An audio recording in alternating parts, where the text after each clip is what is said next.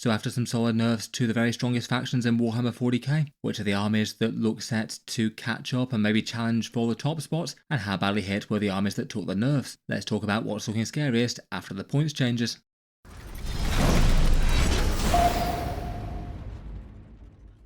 Hello and welcome back to Auspex Tactics, where today we're talking about 40k game balance possibilities, and in particular talking about which armies are looking strongest after Games Workshop's emergency balance patch.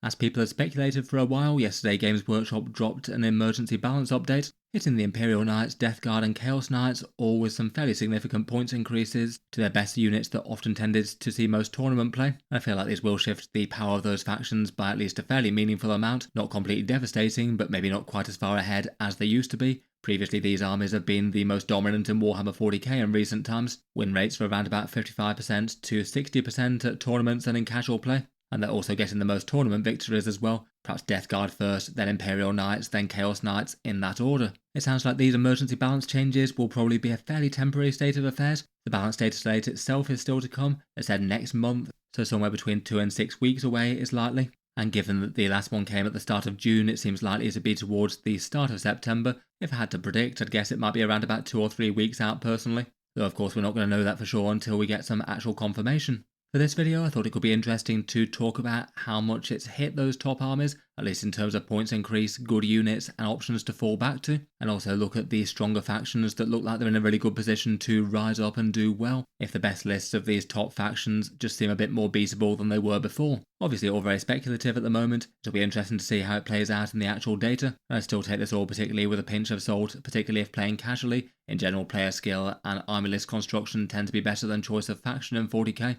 Though it did seem to be a fairly common opinion that these three armies were pretty oppressive to play against. Obviously the Imperial Knights, Chaos Knights and Death Guard haven't gone away, they'll certainly be part of the mix, though I was interested just to take stock of the armies that were just below them in terms of win rates and tournament performance. Outside of those top three that seem to be fairly head and shoulders above most things in the numbers, it seems there's really quite a lot of armies in the sort of 50 to 53% kind of win rates, though I would argue that a few have been sticking out just a bit more than the rest recently. In particular, both Genestealer Cults and Sisters of Battle have both been doing well, high win rates somewhere around about 52 to 54% at tournaments, and notably for those factions they've been getting lots of big tournament wins, around 8 for Genestealer Cults and 6 for the Sisters, both particularly impressive relative to the numbers of people playing them, as they aren't widely played armies. Also in the mix are the Thousand Sons, with a powerful new codex not really feeling like they were so far behind the top dogs, win rates around about 53%. Both the Drukhari and the Eldari were doing well for the win rates, and Eldari in particular had a big 12 tournament wins. I think they were in particular helped out by the fact that they counter knights rather well. Lots of small units and some good movement shenanigans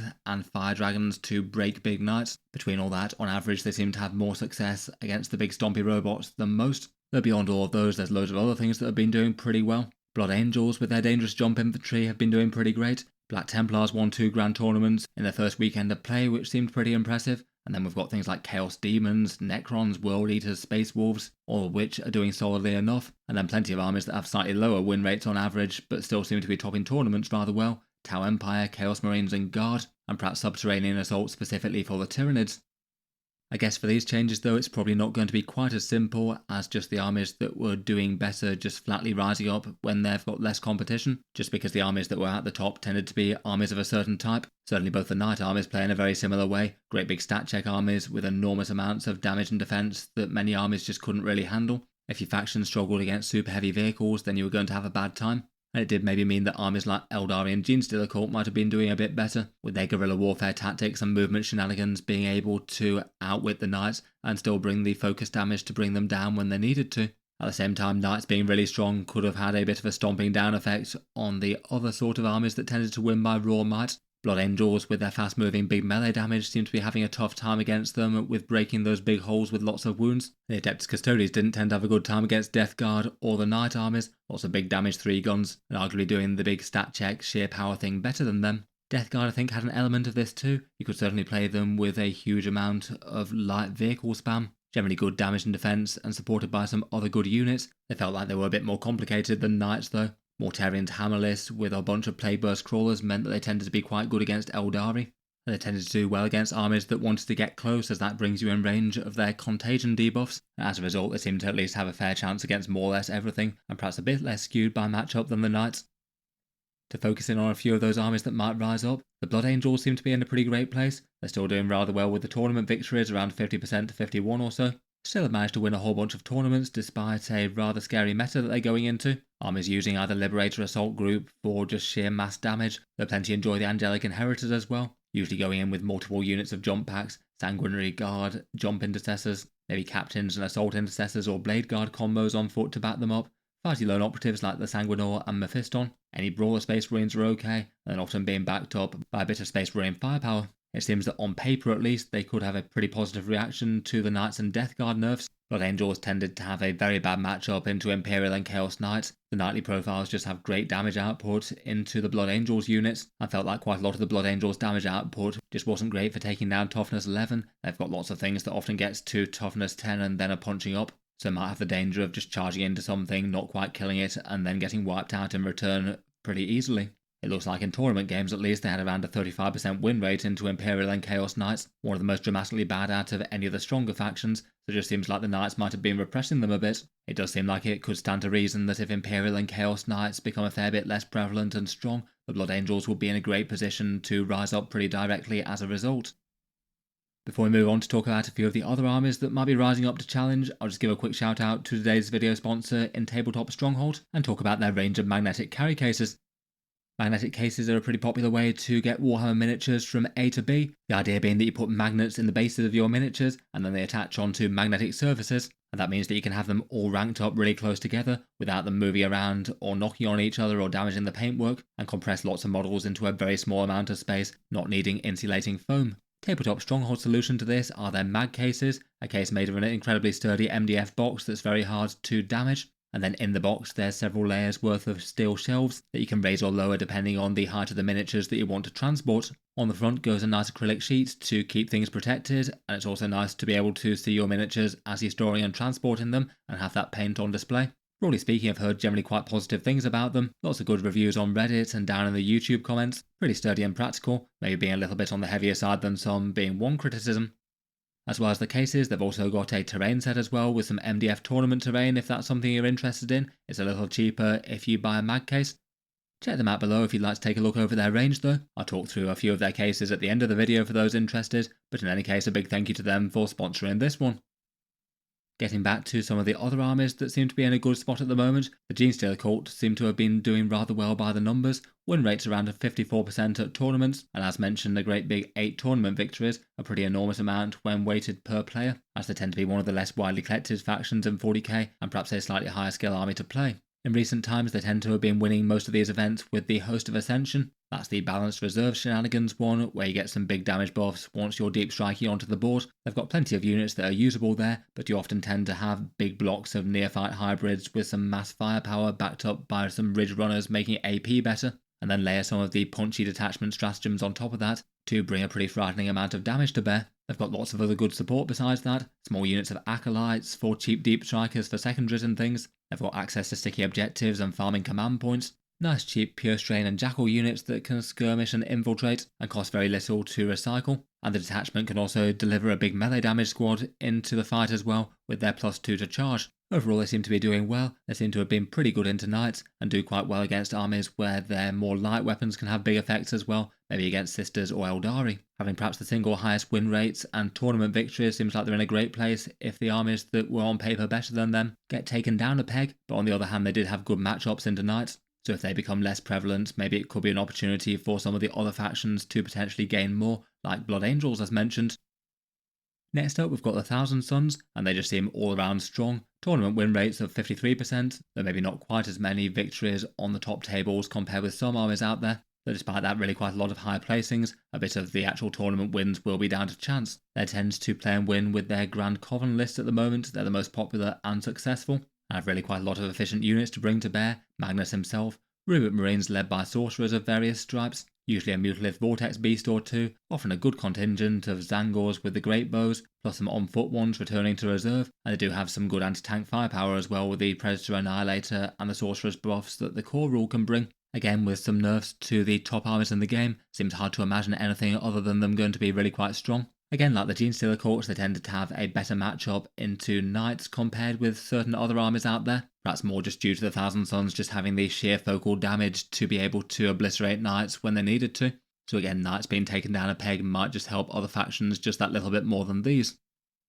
For the Sisters, as mentioned earlier, at least stats-wise, they seem to be in a similar sort of place to the Genestealer Cults. A pretty small player base in tournaments. They're doing rather well with a plus 50% win rates despite the meta, and plenty of tournament wins. A fairly even split of people playing Hallowed Martyrs and Champions of Faith, though it was the Martyrs detachment that seems to have been winning all the tournaments. Most of their units are playable to a greater or lesser extent. Certainly the Paragon Warsuits and Morven Val are pretty excellent in Hallowed Martyrs, alongside a good cast of characters. And then often they're bringing the damage with lots of Melter Fire, Castigators for support, maybe some Celestian Sacrosancts, and plenty of skirmish units like the Seraphim. As with the others being one of the top performers in the stats, on paper seems like it's good news for them. I'm not particularly sure whether Knights or Death Guard were particularly good or bad matchups for them. Doesn't seem like there's an enormous amount of trend with the data to say. It does seem like they seem to be having a worse time against the Genestealer Cults and Blood Angels, so I guess might not be excellent for them if they became way more prevalent. I'm not going to talk about every mid to upper mid army in 40k in this one. I feel like maybe those four seem like some of the ones that might be most tipped to do particularly well. I'm sure loads of the rest will have a good new lease of life though. Will be interesting to see where things settle. I'd guess that maybe Eldari were doing well partly due to Knights being out and about. Will be interesting to see if that's still the case now they've been taken down a touch.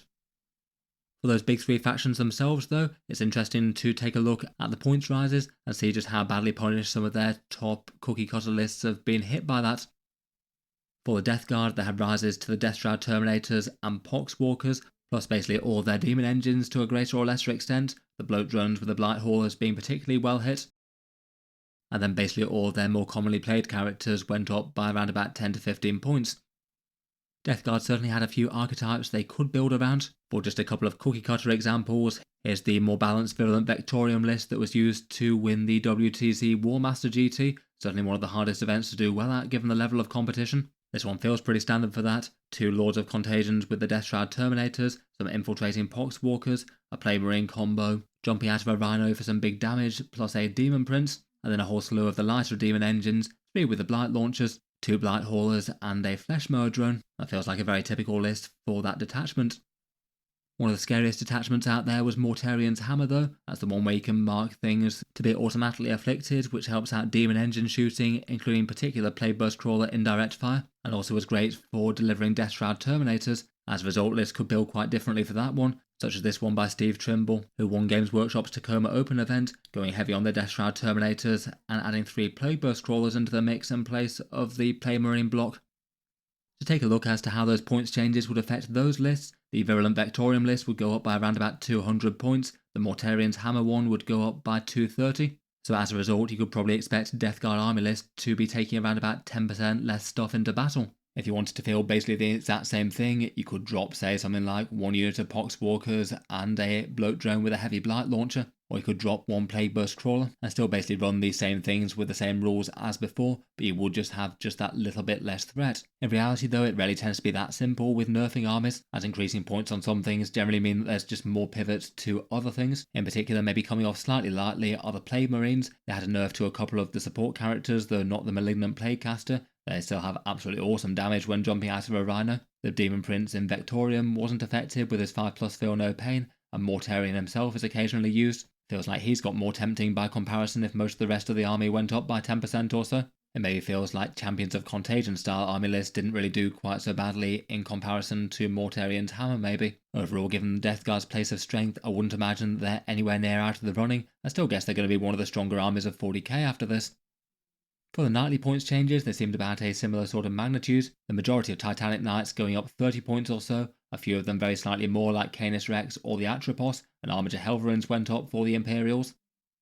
And then for the Chaos Knights it was pretty similar, 40 point increases to the Despoiler and the Atropos, 30 points to most of the rest, and the only War Dog rising being the War Dog Carnival.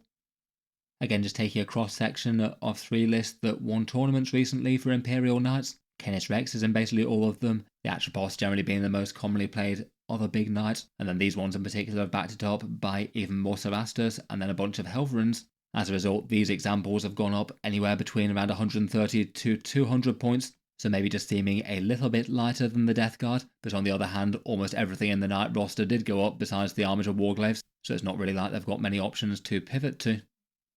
For the Chaos Knights, it seems kind of similar. Again, the Atropos being super popular that has the big 40-point rise. The same for the Knight Despoiler, often running around with dual Gatling cannons in the Infernal Lance. And for these ones, a couple of Rampagers and a Lance to back them up, plus some Wardog Carnivores.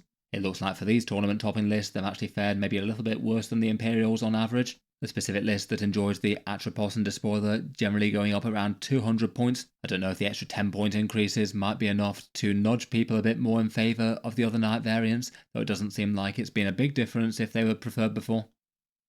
Given that a bunch of the Titanic Knights went up by around 10% or so, depending on the variant, it feels at least kind of logical that the balance might pivot a little bit more back in favour in terms of slightly more Warglaves or War Dogs on the board. Though my guess is for their stats for the points versus the Titanic Knights, I still don't think we'll see a return to just spamming almost nothing but them. I just perhaps wouldn't be too surprised to see more like, say, maybe 3 big Knights accompanied by support as opposed to 4 of them. For the Imperials really didn't feel like they went far enough on Canis Rex in my opinion at least. With his data sheet rules, he's just clearly far stronger than the rest. I don't really think the extra 10 points being put on the Atropos is really going to dissuade people too much from that one either. Though I guess for relative points increases, the Knight Castellan might have gained a bit. It felt like it was pretty usable before and didn't go up by quite as much. And to my mind, it does make the Army to Warglaves compete better with the Helveruns again. For Chaos Knight army lists, I find it hard to imagine that anything's going to change in a big way for them. I guess perhaps allied demons, tyrants, and the non-nerfed war dogs became just more efficient in comparison once more. Though I'm not sure if it's quite enough to actually disrupt the knights that people want to take. I'm sure some nightly points rises will disrupt some lists though. They can certainly be pretty clunky with list building given that most of your things are 130 points or more, so it can trigger some big decisions as to what you downgrade to if you can't take quite so much anymore. Just at first impressions, it does seem like the Imperials might have fared a bit better from the nerfs than the Chaos Knights did, which I don't think will have the best feels in the world given that the Imperial Knights on paper looked a bit stronger than the Chaos, though not by much. Overall though, after the balance updates, I'd certainly say that 40k game balance looks a bit better at the top end of competitive play. The 3 armies that were fairly dominant before have had around about 10% points nerfs to their top builds, and as a result they just won't have quite as much stuff to put on the tabletop, even if that stuff has the same rules. My guess would be that those points increases will still have Imperial Knights and Death Guard in the running for top armies in the game. They're perhaps a bit more either one of many or just slightly ahead as opposed to just being vastly superior to the other factions. I wouldn't be too surprised if Chaos Knights drop off a little bit more than that, maybe being a bit more upper mid tier. I don't think that the points changes are ruinous to any of the factions though. Maybe a few people might be tempted away from them to play something else. Feels like the increases are probably enough to drop play rates at least a little. For the others, the ones I've talked about, the Genestealer Cults, Blood Angels, Sisters and Thousand Sons, all seem to be in a particularly good place to catch up and rival the top dogs. Blood Angels in particular will be enjoying running into Imperial and Chaos Knights that little bit less and having an easier time in those matchups. Though beyond that, there's absolutely tons of factions that look like they might have a new lease of life not having to play into these oppressive factions quite as often. I feel like the Burrowing Tyrannies Subterranean Onslaught didn't enjoy Knights with fewer ways to kill them than most, and there's loads of other stuff in the sort of mid-tier to 40k that have strong options. Demons, Drukhari, Necrons, Templars, Space Wolves, Eldari, and more. It'll certainly be interesting to see if there's any surprise things that rise up when Knights aren't going to be quite as problematic as they once were. Or this could be really quite temporary, given that there's a data slate out next month, of course. It could be as little as 2 weeks away. It will quite likely bring shifts to many other factions, and hopefully buff some weaker ones as well. And as we had with the Sisters last year, I do kind of wonder whether Games Workshop have just done the points changes now, and then they're going to follow up with some rules nerfs when the actual balanced data slate comes out. I feel like there's certain Death Guard and Chaos Knight mechanics that I could see them toning down a bit. Maybe the Lords of Dread sticky objectives, or the Mortarian's hammer helping Death Shroud Terminators up quite so much. Hopefully they don't double nerf things to the point where they're just not very good anymore, but it's certainly not guaranteed to be the end of the nerfs for the top factions. In any case though, let me know what you think is going to be strong in upcoming Warhammer 40k. I look forward to hearing your thoughts down in the comments. That's the end of this one. I'll just cycle back to the video sponsor Tabletop Stronghold and their range of magnetic carry cases. If you wanted to pick any of these up, there's a code for 25% off for AT25. Here's the amount of miniatures that you can fit on a typical one of their trays, around about 90 25mm bases or 6 Knight armigers. Lots can be fit in if they're maximally loaded like this. And then those trays go in cases of various different heights. The mini one's £72 or $75 with that code. That price includes shipping, though might be exclusive of VAT or sales tax. And even the smallest one's got plenty of room for some big tanks and Terminators, as you can see. Then there's the more standard sized one, £114 or $120 with the code. Quite a tall one, as you can see by the Chaos Knight on the ground floor here. All the cases come with some supplies of magnets to mount to the bases, and I'll leave the dimensions here on the screen. Then they've got a really big one with the XL one, basically two of the previous attached together, and there's options for more or fewer steel trays, which can save a bit of money on the price here. And as mentioned, they've got some competitive style MDF terrain as another option. That's a little cheaper if you buy a case. Thanks to them for sponsoring this one though. Check them out, link down in the video description, and use that code if you pick up anything from them. I'll leave that there for now though. Feel free to subscribe to Auspex Tactics if you'd like to see more like this. I'll certainly keep the regular 40k videos coming, with new ones out just about every day. If you'd like to support the channel and keep the videos coming, Auspex Tactics does have a Patreon page as well, and you can find that linked in the video description down below. Channel patrons get a few advantages, seeing certain videos early, regular votes to see what sort of things come next on the channel, and automatic entry into the regular prize giveaways with a chance to win some big model kits each month. If any of that sounds good to you, or you'd just like to help support, the link's down in the video description. In any case, a massive thank you for listening, and I'll hope to see you guys next time.